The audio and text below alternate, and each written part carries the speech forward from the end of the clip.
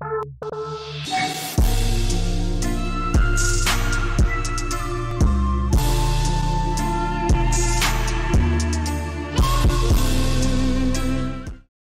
drugari, šta ima, kako ste?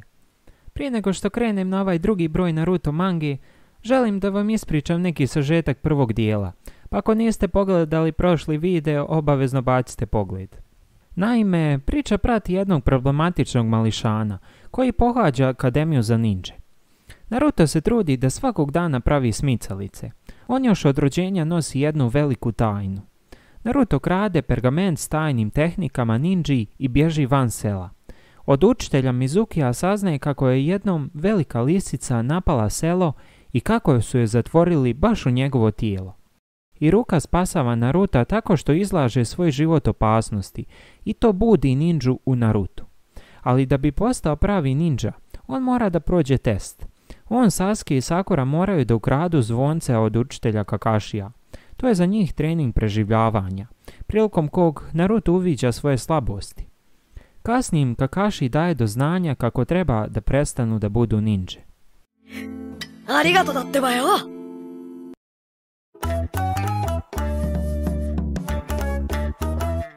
Kakashi ističe da je svrha vježbe bio timski rad i da Naruto, Sasuke i Sakura nisu uspjeli uzeti zvonce jer su radili sami. Da su se udružili, možda bi uzeli koje je zvono, a ovako su propustili priliku jer je Sakura gledala samo gdje je Sasuke.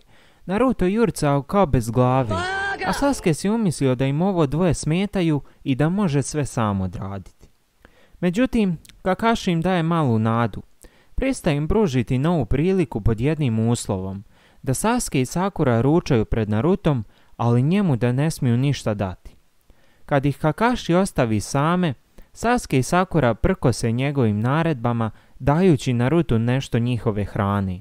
Kako bi Naruto mogao biti u najboljem stanju pred revanš sa Kakashijem? Kakashi se iznenada pojavljuje, ljutit što nisu slušali pravila, ali to je bila samo njegova maska. U sljedećem trenutku on ih obavještava da su sve troje prošli, govoreći im kako su oni koji krše pravila šljam, ali oni koji ostavljaju prijatelja na cjedilu, oni su gori od šljama.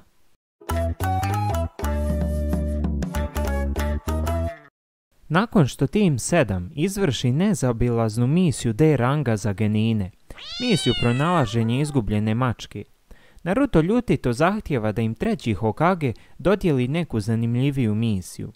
Hokage je na kraju popustio i složio se sa tim da će im dati misiju C ranga. Misiju da otprate čovjeka po imenu Tazuna do njegove kuće u zemlji Talasa. Nakon što su napustili Konohu, bivaju napadnuti od strane demonske braće. Kakashi biva uhvaćen u njihovu zamku sa lancima i biva istog trenutka ubijen. Sljedeći je Naruto.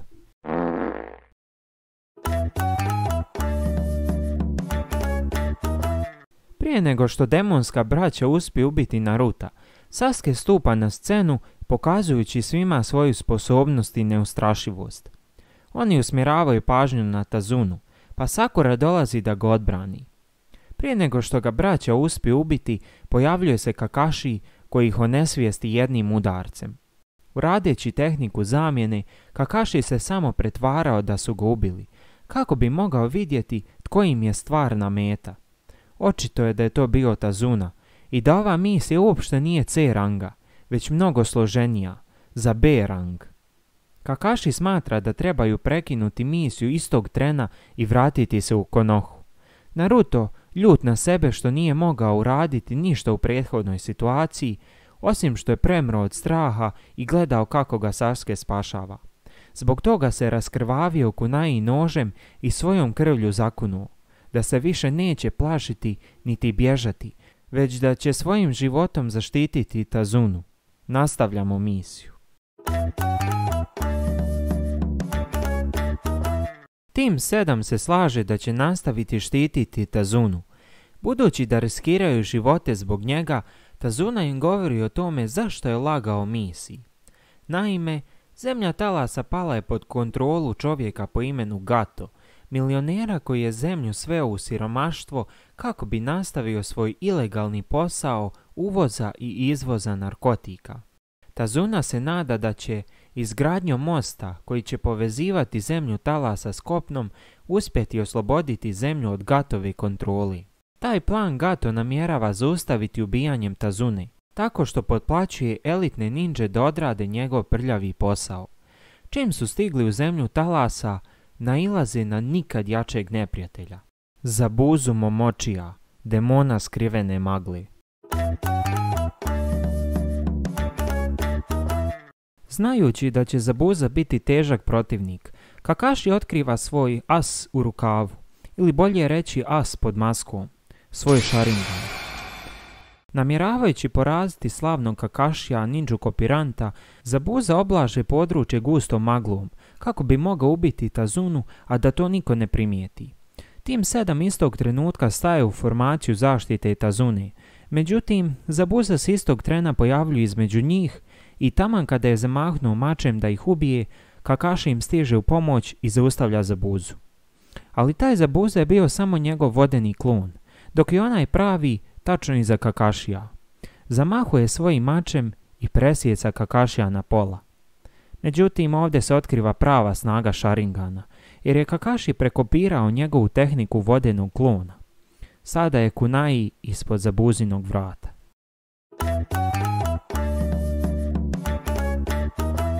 Dok Kakashi drži Zabuzu na vrhu noža, Zabuza otkriva da je to samo još jedan vodeni klon. Pravi Zabuza se pojavi i jednim napadom katapultira Kakashi u obližnje jezero. Tamo ga Zabuza uhvati u još jednu zamku, njegovu tehniku vodenog zatvora.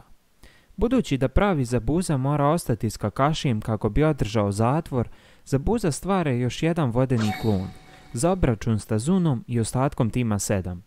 Kakashi im naređuje da bježe, ali Naruto, sjećajući se svoje ranije zakletve da neće bježati iz teških situacija, napada Zabuzin vodeni klon.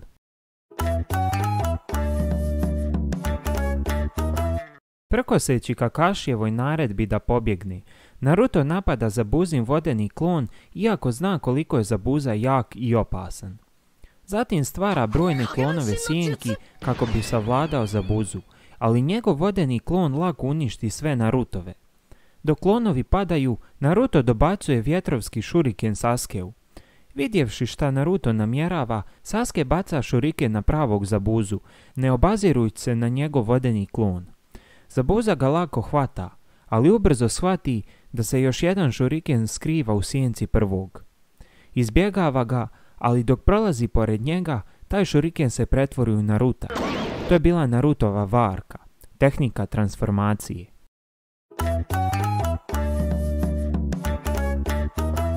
Zabuza je prisiljen prekinuti svoju tehniku vodenog zatvora, kako bi mogao izbjeći Narutov napad. Bijesan zbog Narutovih postupaka, Zabuza ga pokušava napasti, ali Kakashi ga zaustavlja. Zabuza odmah potom napada Kakashija svojom tehnikom vodenog zmaja, ali Kakashi to neutrališe istom tehnikom koju je već kopirao od Zabuze svojim Sharinganom. Dok se dvije identične tehnike sudaraju, Zabuza priprema novi napad, ali istog trenutka shvati da ga je Kakashi preduhitrio i pročitao njegove misli i prije njega napravio znake rukama i izveo tehniku. Kakashi ne daje Zabuzi ni trenutka odmora, već ga odmah napada izbacivši ga iz jezera. Taman što se sprema odokrajčiti Zabuzu, misteriozni dječak ga preduhitri i ubije Zabuzu svojim iglama.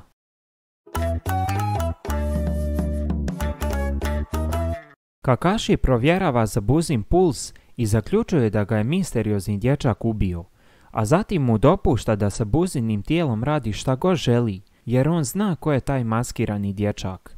Govori timu 7 da je on Anbu lovac iz sela skrivenog u magli i da je njegov posao pronaći i ukloniti odbjegle ninđe baš poput Zabuze. Anbu lovac odlazi sa Zabuzinim tijelom, a Kakashi se istog trenutka sruši iz razloga što je previše iscrpljen od prekomjerne upotrebe svog Sharingana. Kakashi se kasnije budi u Tazuninoj kući okružen svojim timom. Tada ga Sakura počinje ispitivati o Anbu lovcima. Kakashi objašnjava da su Anbu lovci najelitniji i najtajanstveniji shinobi u svijetu ninji. Tijelo shinobija čak i mrtvo, sadrži tajne informacije njihovog sela, kao što su tajne ninjitsu tehnike i nešto poput Sharingana, što bi bilo veoma dragocjeno neprijatelju kada bi saznao njegove tajne. U slučaju da ninja izda svoje selo, Anbu tim se šalje da ubije takve ninje i uklone sve njihove tragove sa lica zemlje.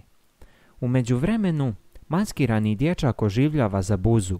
On se samo pretvarao da je u Anbu timu. Noseći lažnu masku, isto tako izvršio scenarij ubijanja Zabuze kako bi ga spasio od sigurne smrti.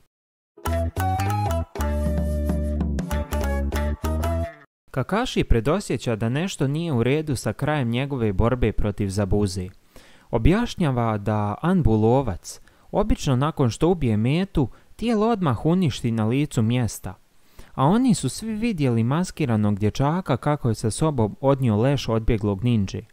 Kakashi ističe da je sve što je trebao ponijeti sa sobom kao dokaz da potvrdi Zabuzinu smrt jeste samo njegova glava. Predosjeća da je Zabuza najvjerovatnije još uvijek živ. Naruto i Sakura pitaju Kakashija kako može biti siguran kada je i sam provjerio Zabuzin puls i zaključio da je mrtav. Kakashi objašnjava da treniranim Anbu lovcima nije nikakav problem da izmanipulišu nečiju smrt, jer su njima poznate sve vitalne tačke u ljudskom tijelu. A posebno je siguran u scenariju smrti jer je maskirani dječak pogodio Zabuzu u vrat, senbonom, odnosno vrstom igle kojom je lagano pogoditi vitalne tačke. S obzirom na to, dječak je vjerojatno spašavao Zabuzu stavljajući ga u stanje privremene smrti. U slučaju da je u pravu, Kakashi odluči započeti trenirati tim 7 kako bi poboljšao njihovu kontrolu nad čakrom. ありがとうだってばよ。